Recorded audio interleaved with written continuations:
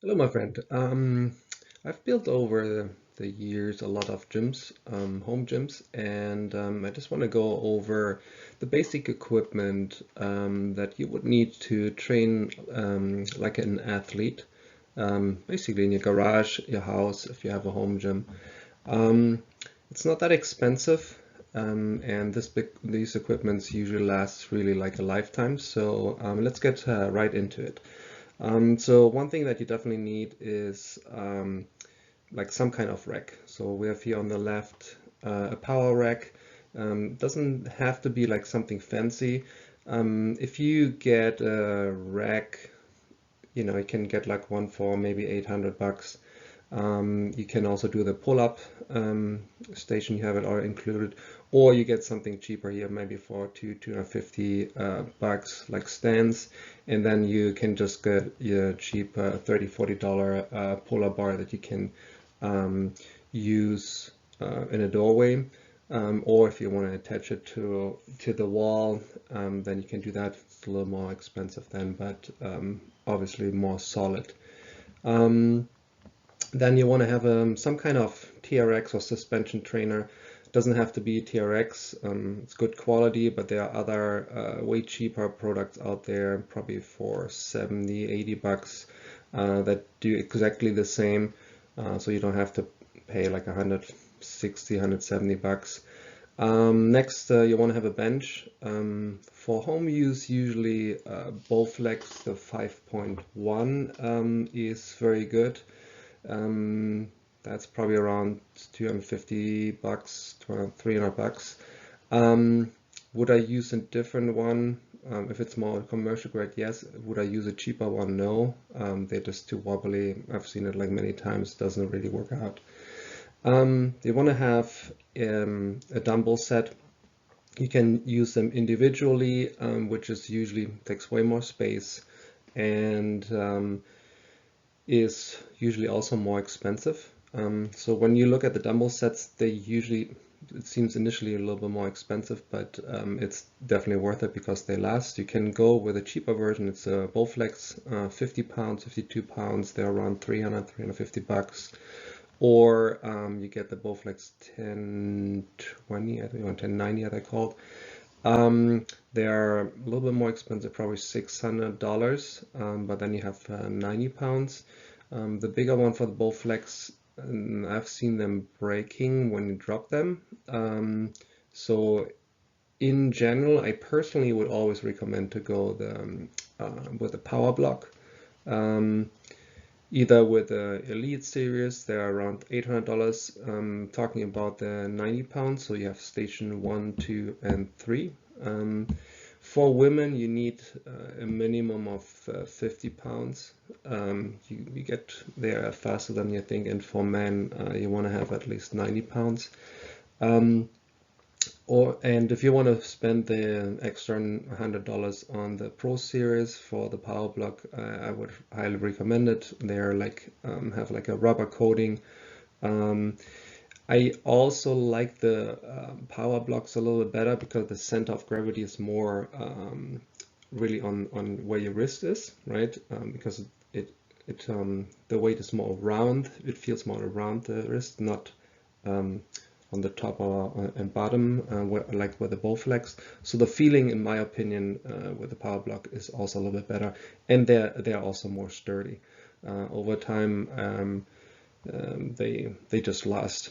Um, Now, then you would need a barbell. I usually would get two because you will get very often in the challenge. Let's say, do you want to do some landmine overhead press or something with a lighter weight, and then maybe do some deadlifts. So I would always recommend to have two barbells with needle bearing minimum. So they when you do cleans or something like that, then they turn a little bit better, it's easier on your wrist. For they have now women barbells. So if you're a woman and you're starting out, it can make sense to get two women barbells, or maybe one regular Olympic bar and then one women barbell. Um, Later on, you will use the regular ones anyway, but I think as you start out, get at least one woman barbell if you know, average size, average woman. With the weights, I would definitely go with bumper plates. You have the iron plates. Yeah, it does work, but later on, if you do more athletic stuff or in general, I would definitely go with bumper plates. You don't have to go high end. The difference really is the better ones, they sometimes are color coded. The precision of the weight is a little higher. They don't bump as much. Um, so you have a little bit more of a variance with the cheaper ones, but generally speaking, the cheaper ones work perfectly fine. I would start out with probably get it around 225, 200 pounds of weight. Get 245s, get 25s, and then get some 10s, and use that as a starter package. So you're gonna be around $400 or $500 in bumper plates, and then as you get stronger, then you just buy additional. Also, yeah, you can just get them online. Sometimes it's an advantage here in the Tampa Bay area. We have Archon Fitness and we have Baylor Fitness, so you can go directly to these guys and you save on shipping. So that actually makes quite a difference. Next, the floor. I have in my house. I have stall mats. So they are like around $45, $50 for a 4 by 6 feet square. Well, it's not really a square, rectangular, and they work very well. Initially, they have like a little smell. So what I did, I just used chlorine outside. I washed them off a few times and let them in the sun dry up. You can go the more expensive route, have those rubber tiles, which are really nice, but quite a bit more expensive. Or you can go the cheaper route and get those cushioned, plates that you can get in the supermarket sometimes, or like at Walmart or something like that. They're okay, but they will start to bend and wear out. So if you plan to do that a little longer, you train quite a bit, then I would go with either the stall mats or invest a little bit more into like a high-end product. Then from the training, for the training, you want to have collars to those click collars. Don't use the metal ones; they just wear out, and then it's hard to put them on and off. Get these ones here. They're really cheap. They're probably $12 a set. So you want to get at least 2 sets. So you have 4 minimum. Then some mini bands. Just get a set of them. You also want to get some cloth mini bands for some glute exercises. You can interchangeable use these. I use them both. And then definitely want to have some super bands. I usually would recommend to get a set of like 4 different resistance. So you can use exercises also, with both arms at the same time, or if you want to do a chest press with it, so that you have some variety there. For tissue work, definitely a peanut roller. I would probably also get a bigger one and a smaller one. So for the lumbar, lower back, and upper back, you can also use them on the neck very well. Then a regular standard foam roller, I would go with the wider ones. And then if you travel, you can use a smaller one, just for travel purposes. But the wider ones are just easier to maneuver on, so I would recommend that. And for tissue work, also a percussion gun, massage gun. You can spend $300 on a Theragun. They're good, but not necessarily. Like you don't have to spend that much. You can get for $50 to $70 a good gun, or even order them from overseas, but you have to try around. Some are good, and what I realized is the ones that I'm using right now, they were actually quite cheap, so they have to last forever. So it doesn't really mean that higher price is necessarily better with the guns. So you have to try it out. It's more, the speed, battery, and then also the resistance that they create. So with cheaper ones, if you push them a little harder, then they slow down. With the better ones, they maintain the momentum. But it's really like, you gotta try it out. So this is the basic stuff you need. And I'm going to go to the next slide and give you a couple things. Okay, well, I want to go to the next level.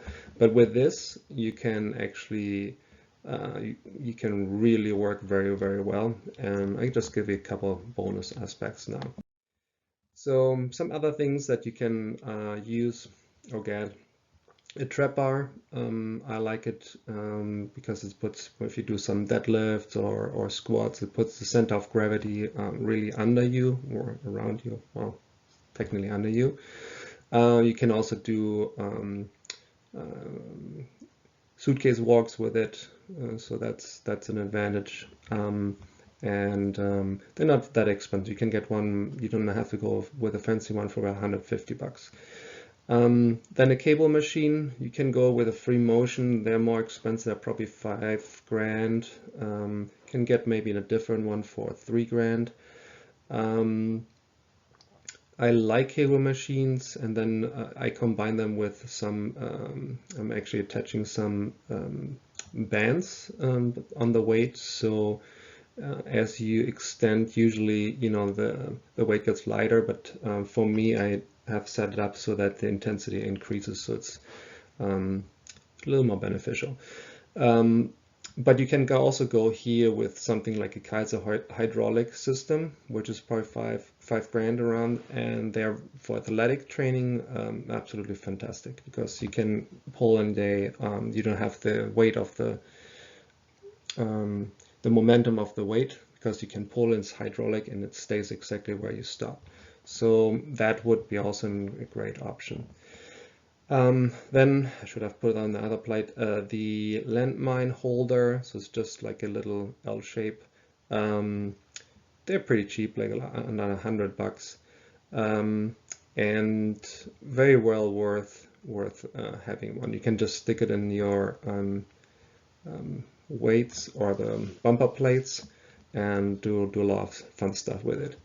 For the cardio, I would always recommend either Concept 2 as a rowing machine or an assault bike. I have an assault bike. The reason, generally, if you don't know which one to take, I think there are advantages to both. I like a little bit more the assault bike because you really cannot get injured on an assault bike unless you get a heart attack. It is intense, or can be intense, but you don't have the impact. But the fact that you pedal with the feet and use your arms really very easily get your heart rate up. So for interval training, it's a fantastic tool. And then the rower is also great from cardiovascular standpoint. Sometimes people, if they come in and have some back trouble, then I wouldn't use that at the beginning. So you want to wait until you really increase their core strength to then use the rowing machine. Another thing, if you want to have a treadmill, I would always go with a curved treadmill. They're not that expensive anymore, like $2,500, $3,000, but they take a lot of the impact of your feet. Remember, when you run, you hit the ground with about 2.5 times of your body weight. So here you kind of roll into it, and it's really fun to run on those. And you can also do some resisted runs, so you're holding on to the railing and then increase the resistance and then push basically into that. So if you have the money, well worth investing in it. Here's some smaller stuff I forgot probably earlier. Well slides, or some slides. You don't even have to, you can, sometimes if you have like a tile or something, you can use just a sheet of paper. But for certain exercise, core exercise, lateral squats, that kind of single leg, unilateral stuff, actually a good tool to have. Then a balance pad. I don't do that much balance stuff. I just do single leg exercises, which are usually sufficient. With some people you would do it. Mainly what I use it for is if you do like some kneeling hip flexor stretches and hip thrust. You definitely need one of those pads, the round pads around the barbell, and they don't work as good. I have one of these, like rear foot elevated split squats. You can use just a bench, which is usually fine. But this one you can adjust it in the height, which is a big advantage. And since this part here rolls a little bit, it is more comfortable to use these. And they're not expensive. You can get them on Amazon, I think, for probably 150 bucks or so. Then additional to the massage gun, if you want to use like a percussion plate, I just have a cheap one for $150 to just for the calves and the thighs, and it works very well. So I recommend getting one of those if you want. Then jump rope, you can just get a cheap one, a speed rope for 20 bucks. Just be aware that you want to build up to it. So if you're heavy on the heavier side, I wouldn't use that necessarily at the beginning. Also for women, sometimes if they're a little bit heavy on the chest, I probably wouldn't necessarily use them. Then voodoo band, fantastic stuff. If your calves are tight, your ankles are tight, and they're gritty, you want to get more range of motion, but also when you're sore.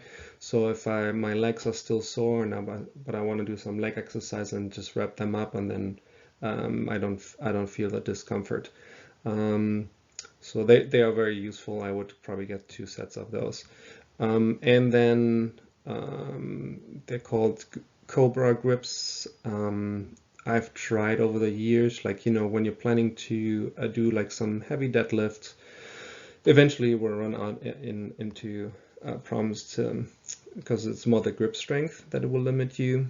And I just use them when I'm like really lifting heavy, because obviously you don't want to use them all the time because you want to build up your grip strength. But these are absolutely the best. I've tried many different ones, and they're just fantastic. All right, so this is these are my basics for you guys. I hope you liked it.